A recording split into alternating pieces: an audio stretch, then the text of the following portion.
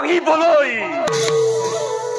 তীক্ষ্ণ তৰোৱা তয়ো সাজু হ কোনোবা দুৰ্ভগীয়াৰ হৃদয় বিচ্ছিন্ন কৰি তেজৰ নদী খুৱাবলৈ কিমান আনন্দ এহাতে সহস্ৰ জনৰ হত্যাৰ গৌৰৱ আৰু আনহাতে জীয়াই থকা মোৰ মহান সংগ্ৰাম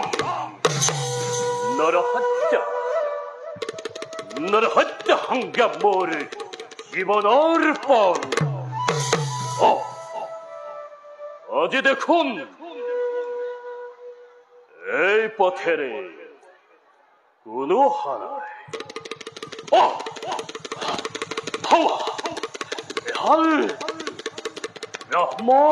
ব্ৰাহ্মণী টোপোলালৈ এইফালে আহিছে গতিকে মই ইয়াতে লুকাই থাকো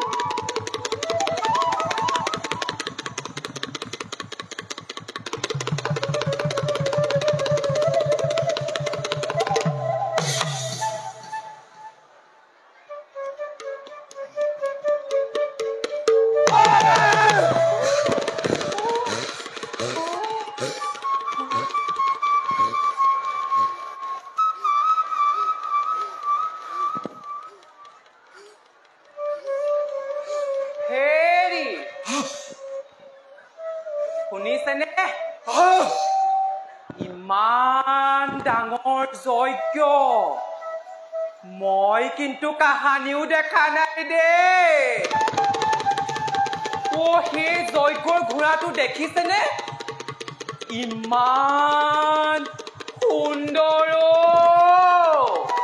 গোটেইটো একেবাৰে আপোনাৰ দৰে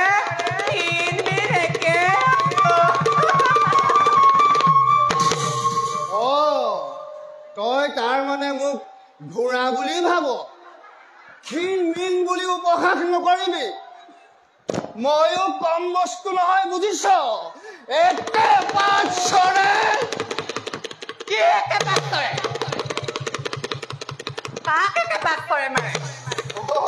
তোমাক নহয় নহয় মই সেই ৰত্নাকৰৰ কথা কৈছো বুজিছা পিতাই সেইডালৰ নাম শুনিলে মোৰ বুকু একেবাৰে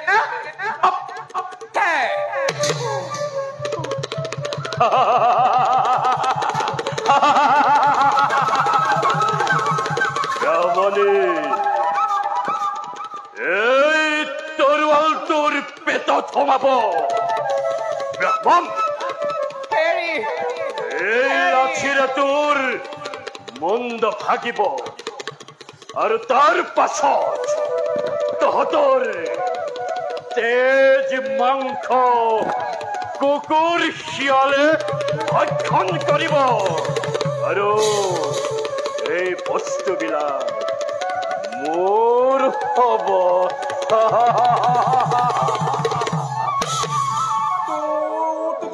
তুমি ৰত্নাকৰ আমাক দয়া কৰা আমি ভিক্ষাৰী ব্ৰাহ্মণ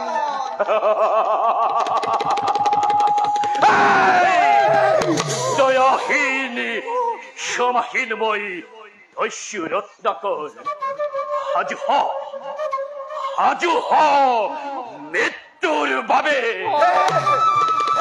বীৰ শ্ৰেষ্ঠ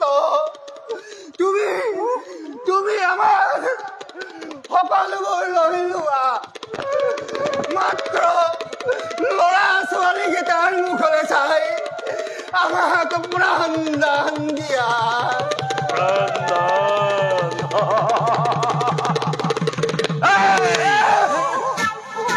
অকল টোপোলাৰ সম্ভাৰ পালেই নহব বস্ত্ৰ অলংকাৰ সকলো লাগিব যেনেকৈ সুখ দুখ জীৱনৰ লগৰীয়া এক মোৰ কামবিলাক তেনেকুৱাই সাজু হ সাজু হ মৃত্যুর বাবে সাজু হ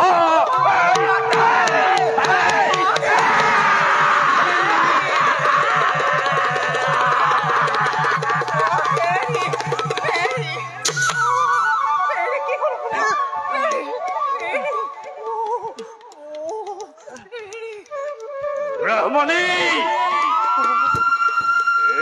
ব্রাহ্মণী তয়ো সাজু হ মৃত্যুর বাবে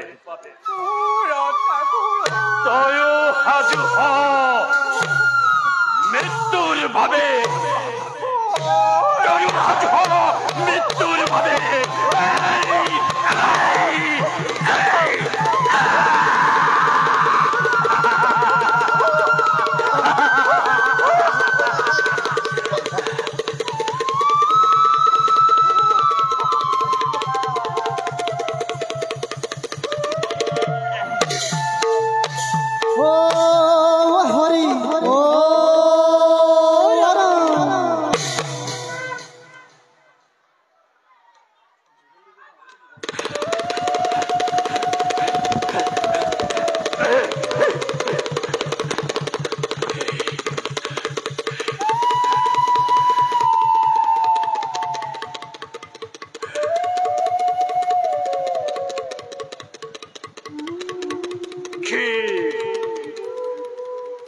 আনন্দ কি মধুর আক্রমণকারী আনন্দকারী রত্নাকারী আনন্দকারী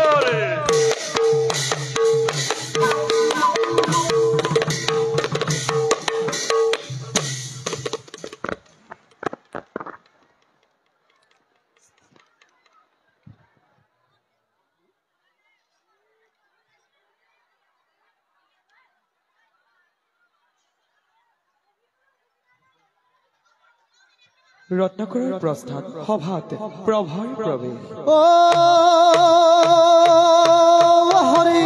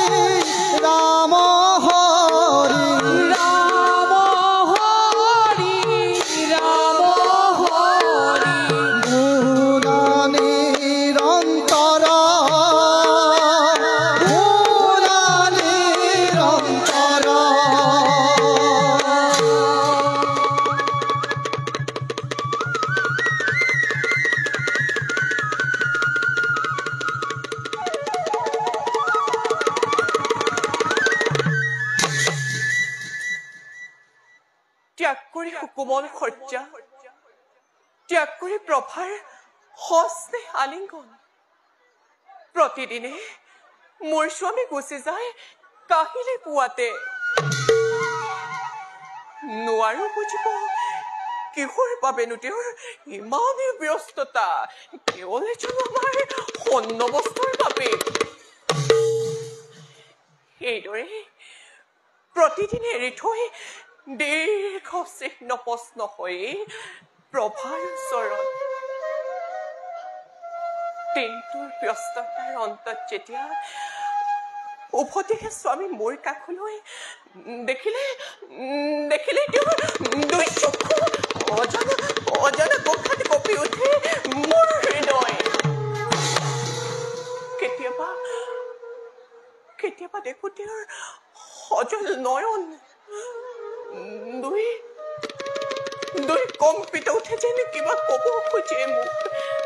বাৰে বাৰে সুধিলেও কৰিব নোৱাৰে প্ৰকাশ। হয়তো বা আছে তেওঁৰ কৰুণ কাহিনী, অব্যক্ত বেদনাৰ ৰেখা দেখা পাওঁ তেওঁৰ দীপ্ত ললাটত। হে প্ৰভু, তুমি মোৰ স্বামীক ৰক্ষা কৰিবা, এয়া মোৰ তোমাৰ ওচৰত কাতৰ প্ৰাৰ্থনা।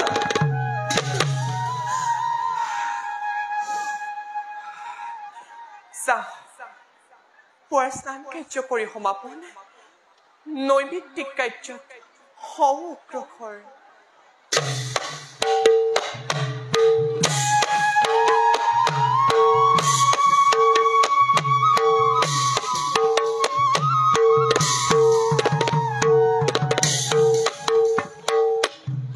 প্ৰভাৰ প্ৰস্থান, সভাত শ্ৰাৱণ্য মুনি আৰু সুশীলাৰ প্ৰৱেশ।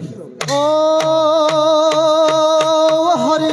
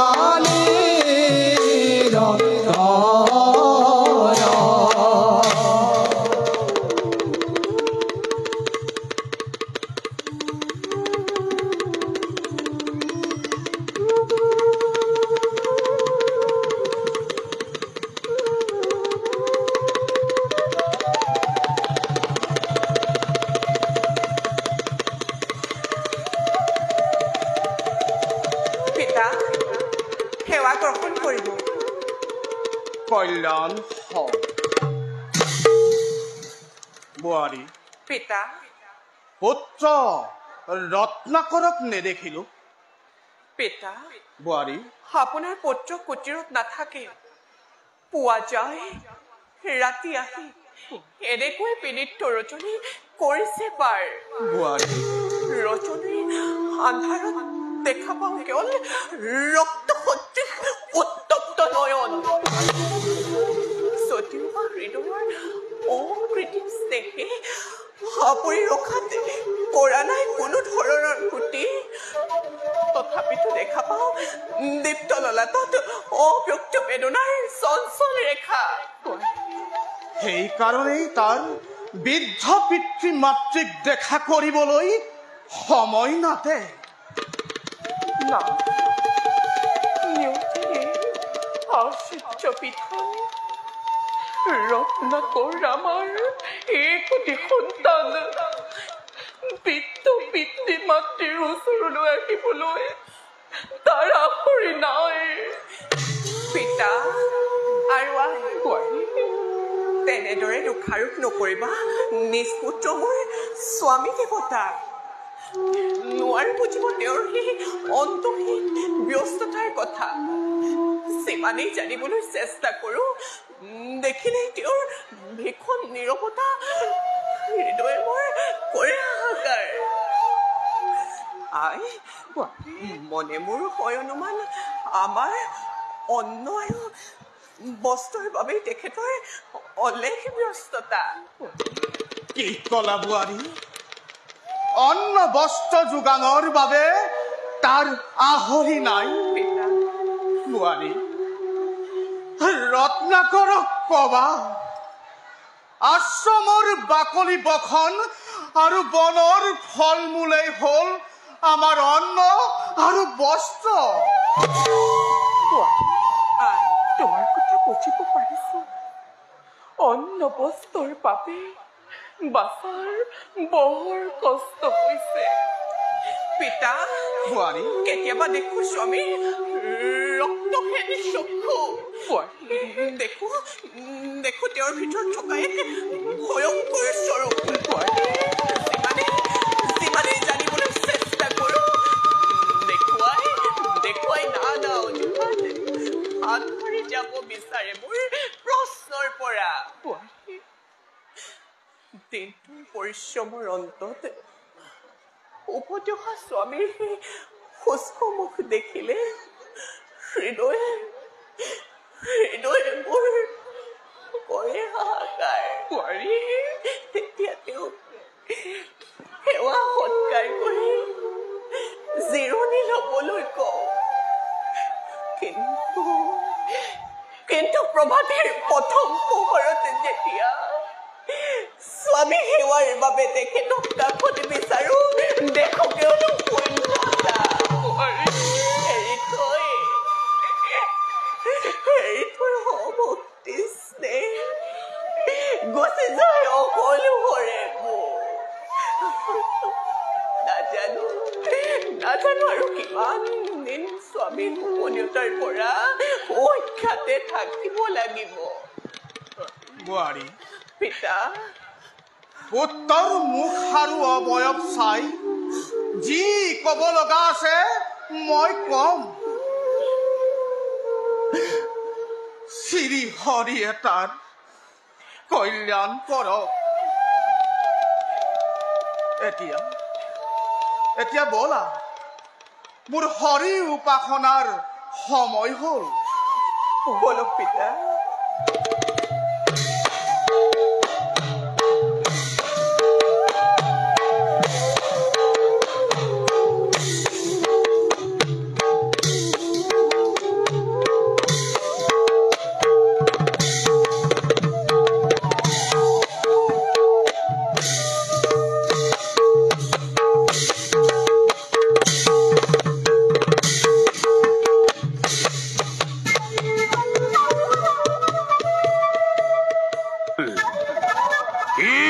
পজাৰ সংবাদ।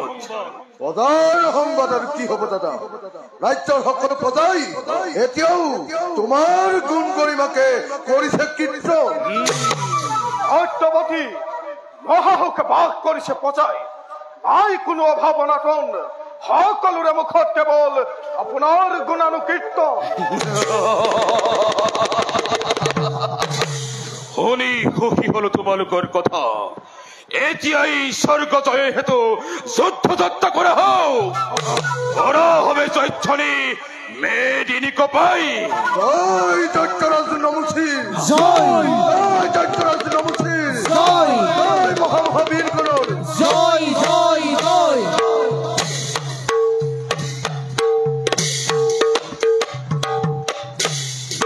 যুদ্ধ যাত্ৰা কৰি চলে দৈত্যৰ ৰাজন হৰি হে, দৈত্যৰ ৰাজন পদ ভৰে অসুমতি কম্পে ঘনে ঘন হৰিয়ে, কম্পে ঘনে ঘন।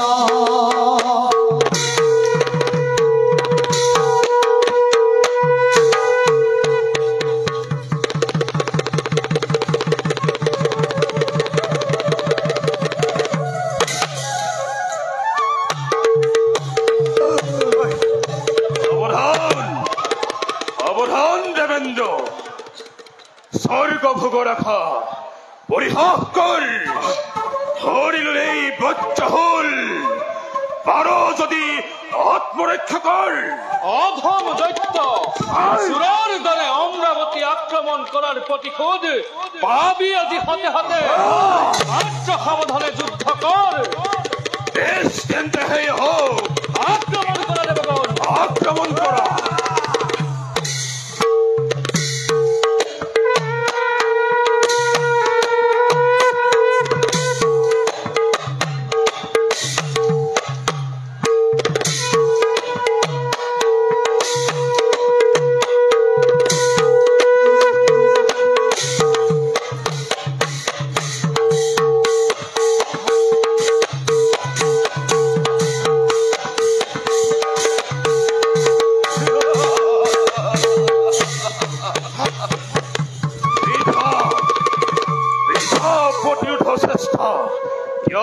দেবেন্দ্র কোৱা, আত্মসমৰ্পণ কৰিবানে যুদ্ধ কৰিবা? কোৱা হেৰা অনাৰ্য বৰ্বৰ, কি ভিক্ষাৰ উদ্দেশ্যে আজি অমৰাৱতীত হলা বিদ্যমান? নোহে যদি সাধ্যৰ অতীত দেবেন্দ্ৰই তোমাক নকৰে বিমুখ। গুৰু বোধি গুৰুপত্নী হৰণকাৰী পাপিষ্ঠ ইন্দ্ৰ, শিক্ষাৰ জুলুঙালৈ এই নমসী সৈন্য গণহানাই এই অমৰাৱতীপুৰে। লগে মোক অমৰাৱতীৰ ৰাজসিংহাসন যুদ্ধ নকৰি পলম। বেশ তেন্তে সেই হওক।